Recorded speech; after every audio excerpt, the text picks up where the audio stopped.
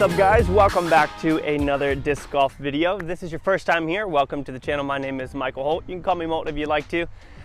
Today we're going to be talking about probably the most talked about thing inside of disc golf, and that is distance. You know, like you have beginners and you have all the way up to pros talking about distance and effective distance. But I think one issue that people have is that they base distance off of throwing from the tee. Like, how much distance can I get off of the tee? But what you need to realize is that distance is relative to the situation that you're in. So sometimes good distance might be 100 feet based off of your lie, or it might be 200 feet. But then obviously off the tee, good distance could be 350, 500, 700, whatever. But I think that it's important to realize that distance is a relative thing to the situation that you're in. So if you guys want to learn about getting big distance off the tee, I'm not going to talk about that in today's video. There's enough videos out there about that kind of stuff, talking about the power pocket, engaging your hips, all this kind of stuff. And that's important to know if you're trying to get distance off the tee. But today we're going to talk about some other things in regards to distance in situations that you might find yourself on the course. Like if you don't have the ability to have a run up, whether that's because there's something in front of you, or there's too many roots and you don't feel safe running up to it, or you're off to the side of the fairway and you want to throw. So while we're out here in the field, we're going to talk about some different things that can hopefully help you gain some more distance on the course, not necessarily from the tee pad. Let's get into it. Okay, so we do have a little bit of a headwind, which is going to affect, or I guess it's a tailwind now. We do have a little bit of a tailwind, which is going to stable up our discs. Which is probably the main thing that I wanted to talk to you guys about. If y'all have watched any of my vlogs of my rounds, you hear me talk about the diamond. And it doesn't have to be specific to the diamond, obviously, since I am sponsored by Dynamic Discs and Trilogy. I throw the diamond as my understable disc. But what we're going to talk about is glide, as well as just the understability of a disc and what that can be used for. So right now, as the wind is down, we're going to throw a couple of these diamonds. I have two lightweight ones, and then I have a heavyweight one as well. And so we're going to keep all of that in mind as we throw. There is a soccer goal behind me that's about 275 feet from this line right here. I'm going to stand here, no run up, and throw, and see how far we can throw these diamonds, all right? Okay, so first I'm going to go with the heavy diamond, and I'm imagining that I am stuck off to the right side of a fairway, and I need my disc to go from left to right, and I need good distance because I can't throw a sidearm right now because I'm imagining, again, trees to my right. So we're going to take our diamond, and I'm going to throw it out on a little bit of a hyzer. This is the heavy one, so I'm not going to throw it out on too much of a hyzer, and we're going to see how much distance we can get with this thing from standstill. I do have a tailwind, so it is going to stable it up some, so I'm going to give it even less hyzer. Yep, so you can see how much that tailwind stabled up that disc, but it still went about 250 feet. So now we'll take some of our lightweight ones because weight, if you guys didn't know, if y'all are beginners, affects the stability of a disc as well. So the lighter the weight, the easier it is to throw. It has less mass in the air or whatever, and so it's more likely to exaggerate its numbers and turn over and be a little bit more understable. So the lightweight one thrown on the same line should go way further to the right. So you guys can see that one stood up a lot better. And that went about, I'll measure it, but that's about 260 feet from standstill. So now that we're realizing that the wind is standing these up, obviously if we were in the woods, there'd be a little less wind. Now that we're realizing that the wind is standing these up, I'm gonna throw it pretty much flat and not worry about throwing it on a hyzer, even though it is a -3-1. There we go. So you guys can see that got a full flight. Okay, how far did that? Probably went 315 standstill. I just went and measured that lightweight diamond, 320 feet, standstill, with a tailwind. Distance is relative to the situation that you're in. If you guys are struggling with getting distance even off the tee because you find that your disc is coming out too early or it's not staying in the air for long enough, then glide and understability are two things that you actually really need to look into. All right, so again, if you guys have watched any of my videos, you know how much I love the Stag. This is such an old one that its numbers are 8603. This thing is beat in. I absolutely love this disc. I have newer ones in the VIP plastic, which is going to be a little bit more overstable than the tournament plastic in general.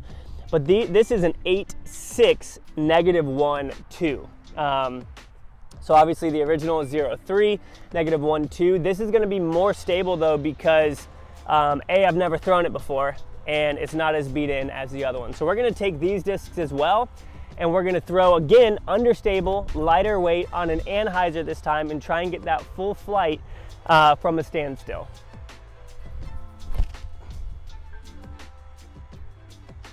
Yeah. So that's about right next to the goal, which is about 275 feet standstill right here, y'all, because of its glide, its weight, and its understability. We'll throw another one here with a little bit more anhyzer because again, we do have that tailwind and this is only a -1 2. Yeah, so that one's gonna flip right on over and hit the net. So again, that one was about 280, it hit the side of the net. Standstill distance is relative to the situation that you're in, and right now the situation that I'm in calls for an understable, lightweight, glidey disc. I've got one more stag to throw. This is the beat-in one. I'm gonna throw this one more like the diamond. You're gonna throw it flat and let it turn over with that tailwind. That one pushed pretty straight. Again, pretty good aim there, probably about 260 or so. All because of the understability, again, and the lightweightness of that disc. Let's change the situation that we're in now, okay? Say that we're on the other side of the fairway and we can only throw a sidearm. But because of the angle that the fairway goes, we can't throw something overstable because either we can't power up on it or since we don't have a run up, we can't give it enough power that it needs for its speed, if you will. So we're gonna throw some understable discs on sidearm in a tailwind, okay? So this isn't a video on wind, but in a headwind, you'd have to give it more hyzer or throw it a little bit softer in order for it to not be affected as much. But let's throw some of these sidearms and see if we can get them up to about 275 or 300. Again, standstill, lightweight, understable. All right, so I've got my Sampo, which is a 10502. But it's extremely beat in. This is one of the most understable discs in my bag, especially on a sidearm. But again, got a little bit of a tailwind right here. So I'm gonna throw it out on a baby hyzer. It's gonna pop up, go a little bit left, and then finish down to the right. Again, because I'm standstill, so I'm not ripping over on it or anything like that. I'm staying controlled, but because it's understable and I'm staying controlled, it's gonna be in the air longer. First let's look at this, okay? So let's take a couple of overstable discs, okay? So we got two felons and we have a Rive, okay? Now let's say that I'm aiming for that goal down there, okay, at about 275. Let's see what it would take for me to get there. So standstill, I'm gonna have to rip this kind of flat and almost have it come a little bit to the left. And as you can see, it's still coming out to the right, okay? So that means it's crashing down before it can even really have a full flight. Here's a felon, you're gonna really have to give this some ante. So that one right there obviously was really good, but it took a little bit more effort. The more that you throw like that during a round, the more tired you're gonna get. This is a super overstable felon. So let's throw this on like crazy ante. But even so, you can see it just crashes out to the right. Probably only pushing about 260 or so, okay? And all of those were thrown on a pretty tight anhyzer. Now, with our Sampo, an understable disc, I'm gonna throw it out kind of light and just simple. It's not gonna take too much, it's gonna flip up and it's gonna carry just as far.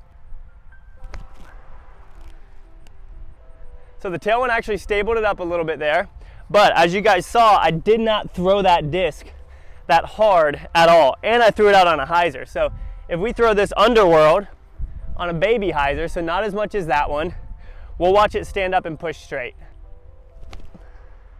So that one stood up, nice little hyzer flip, barely even threw it, and that's probably pushing 280 or so. Now we'll take all three of our diamonds here. We'll take the lightweight ones first, and we'll throw these almost flat. Again, baby hyzer here just because of the tailwind. If it was a headwind, I'd be throwing these almost like this. So baby hyzer here. You can see it flip up, push a little bit left. My aim was off on that one, but it's still pushed pretty far. Again, and we're releasing these on a hyzer, which is a little bit more natural of a throw than an anhyzer is. So again, it makes it a little bit more comfortable to do for longer periods of time. Again, right here, we'll throw this one more flat and aim a little to the left.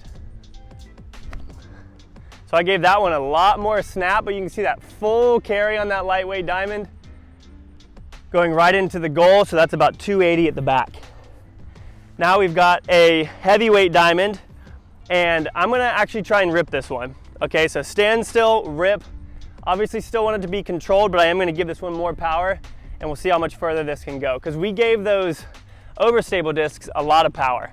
So we're gonna throw this on a baby hyzer. Baby hyzer, you can see because of the power that I gave it, it turned it over, but it's actually rolling around the back. Now I've got 3 stags, 2 brand new ones. I'm gonna throw these flat, and we'll see what we can do with these. Again, that glide is really good, especially with this tailwind. It'll keep them in the air a little bit longer. So we'll throw this one flat. Not too much power on that, but still gonna push about 275. Another one right here. Gonna throw this one flat as well. Actually, no, I'll throw this one on a little bit of an ante, but I'm not gonna throw it that hard at all. It's just gonna be a nice little snap of the wrist. Nice little snap of the wrist. You can see the glide helping it push forward. That's about 250, maybe 260. Again, very easy, not too hard on my body at all. Distance is relative to the situation that you're in. Super beat in, understable stag. I'm gonna try and pump this one out there. Gonna throw it on a pretty good hyzer, and we'll see if we can push to about 315 or so with a -1-2 disc that's been beat in. Yeah, so you can see that stand up. That's gonna hit the back of the net in the air. That would have easily been about 315 or so. And then now we haven't thrown any mid-ranges yet, but I do have a new Tursus, which is a -2-1. It's a 5.5 -2-1. We'll throw this one on a sidearm as well. With this tailwind, and since it's a new disc, and since it's in VIP plastic, I'm gonna release this one flat, and I don't think it'll turn over. Yeah, so that's a nice and easy shot. Understable, nice glide. That's a mid-range pushing about 280, guys. 280 with a 5.5 -2-1 standstill. A couple things to just take away from this video about distance, because I genuinely do believe that it is relative to the situation that you're in and the disc that you're throwing. Every single one of those discs that I threw is considered a beginner disc. I'm not a beginner at disc golf. I think that some of the most skilled people, and I'm not saying that I'm the most skilled disc golfer, but I think some of the most skilled disc golfers know how to take like discs that you wouldn't expect them to throw and use them to their advantage. We all know about Yuli and his get out of jail free card, which is a very, very understable beat-in disc that he throws to get the best distance and sneakiness that he can in a situation. So if he's somewhere off the fairway and he needs distance, even if that distance is 40 feet, then he's gonna be throwing that because it's sneaky and he can get it in the air, he can have it turn over and do all of this kind of stuff. So I just really want you guys to think about the importance of distance in certain situations. Whether that means throwing a super understable disc so that you can be more accurate and more smooth, because we all know the saying, slow is smooth and smooth is far. And so if you can be smooth with an understable disc, not having to power up too much, you can have it stand up and flip and carry, and that's gonna help you out so much more than trying to power up and hit lines and all this kind of stuff. And so for me, I find myself being able to get so much more distance off of the tee. Like I'm already done with the tee. Once I'm off of the tee, if I'm on a par 5 and I need to get around a corner or something and I'm stuck on the right, I'm gonna grab my diamond and I'm gonna throw that on a hyzer. I'm gonna have it flip up, know the line that it's gonna do, and I'm gonna get way more distance than I would based off of any other disc. So I really want to challenge you guys. If you don't have an extremely understable disc in your bag, put one in there, because it is going to make it so much easier on you when you're off the fairway or on the side, or if there's a crazy tailwind or anything like that that you're trying to push into and get easy distance. Yeah, I mean, just put one in your bag. The diamond is a great one. I don't know too many other molds, but obviously as a trilogy player, I absolutely love the diamond. The Tersis, as you guys saw right there, that sidearm, that was sick. Pushed that as a mid-range, pushed that to about 275, 280, just with an easy sidearm. So if you were looking to get more distance, throw understable discs and figure out your angles, because figuring out those angles is going to help you also figure out your other discs. As you learn how something flies, as it beats in and all that kind of stuff, man, that's the most fun part of disc golf to me, is becoming one with your disc. Like learning how a disc flies and learning to manipulate it in a good way so that it does things that people don't expect. Really hope that you guys were able to learn something from this. If you're new to disc golf, go buy an understable disc that's got really good glide, and it's going to help you out. An example of an understable disc, just in case you're curious, let's just say would be like a 7, 6, -3, 1. Okay, so that third number is going to be the one that is going to be its understability. And then the other one is going to be its stability. So if that number on the left is greater, like -3, 1, -2, 1, it's going to be a more understable disc. And then obviously as you beat discs in, they're going to become more understable as well. Hope you guys learned something. Let me know if you try it out. I'll see you on the next one. Peace out.